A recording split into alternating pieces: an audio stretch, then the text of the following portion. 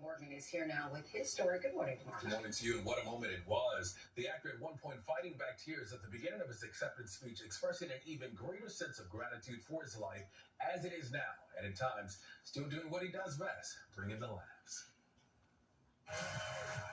Overnight, Jamie Foxx making a surprise appearance at the Critics' Choice celebration, marking his first public appearance since being hospitalized for a serious medical incident back in April. I want to thank everybody. I've been through something. I've been through some things.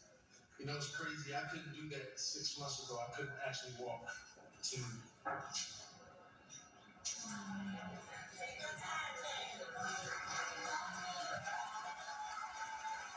The Oscar winner receiving the Vanguard Award for his performance in The Burial. So it feels good to be here. I cherish every single minute now. It's different. You know, it's different. You know, it's beyond. I wouldn't wish what I went through on my worst enemy, because it's tough when it's almost over, when you see the tunnel. I saw the tunnel. I didn't see the light. It was hot in that tunnel, so I don't know where I was going. While Fox has yet to disclose his exact medical condition, according to his daughter Corinne, the 55-year-old was rushed to the hospital while on the set of Back in Action in Atlanta. Gotta love that guy. Fox also mentioned having a new appreciation for his life and career, telling the crowd, don't give up on your art and don't let anyone take it away from you. And I think that's advice that we can all use, but it's just good to see him back and back in action. Love that. Thank you, Mark. Now the high school prom. Threatening them if they didn't send the money. Trevor All is here with the details. Good morning, Trevor. Good morning, Michael. So you could say this technically isn't family drama because the Toohey family never actually adopted Michael Orr, but they're now releasing these text messages that they say Orr sent them, allegedly demanding millions he believed he was owed, saying he would expose them to the world. Okay, Toohey family, big smiles, everyone. This morning, the latest twist in the real-life blindside battle. New court filings on behalf of the Toohey family hitting back against the man they say they treated like a son. I would like to become a legal guardian. Lord, help that child.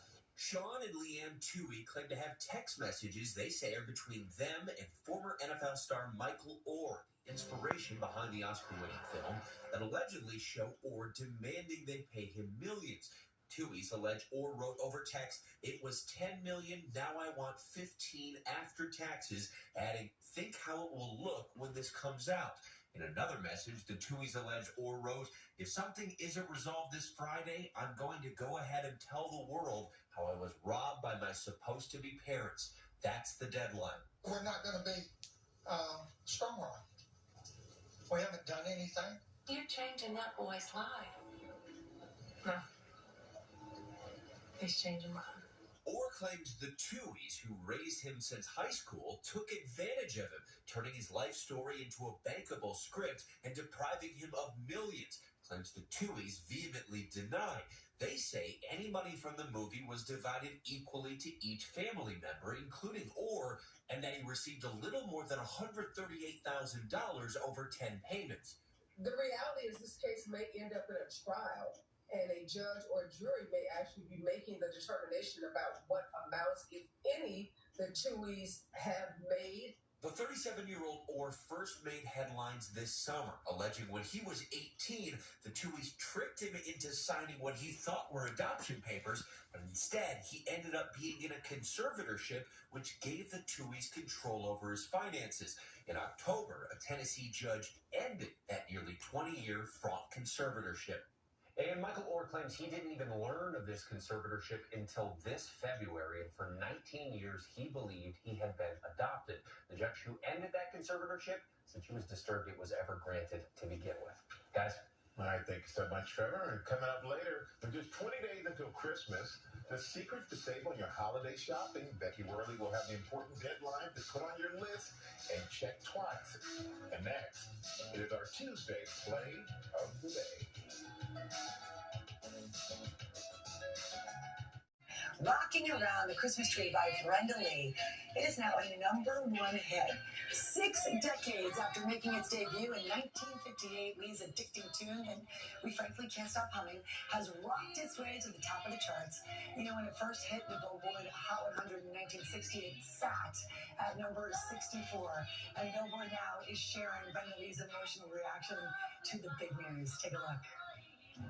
Today, we're number one on the Hot 100 Billboard charts, 65 years later. You are. You are. She is so precious.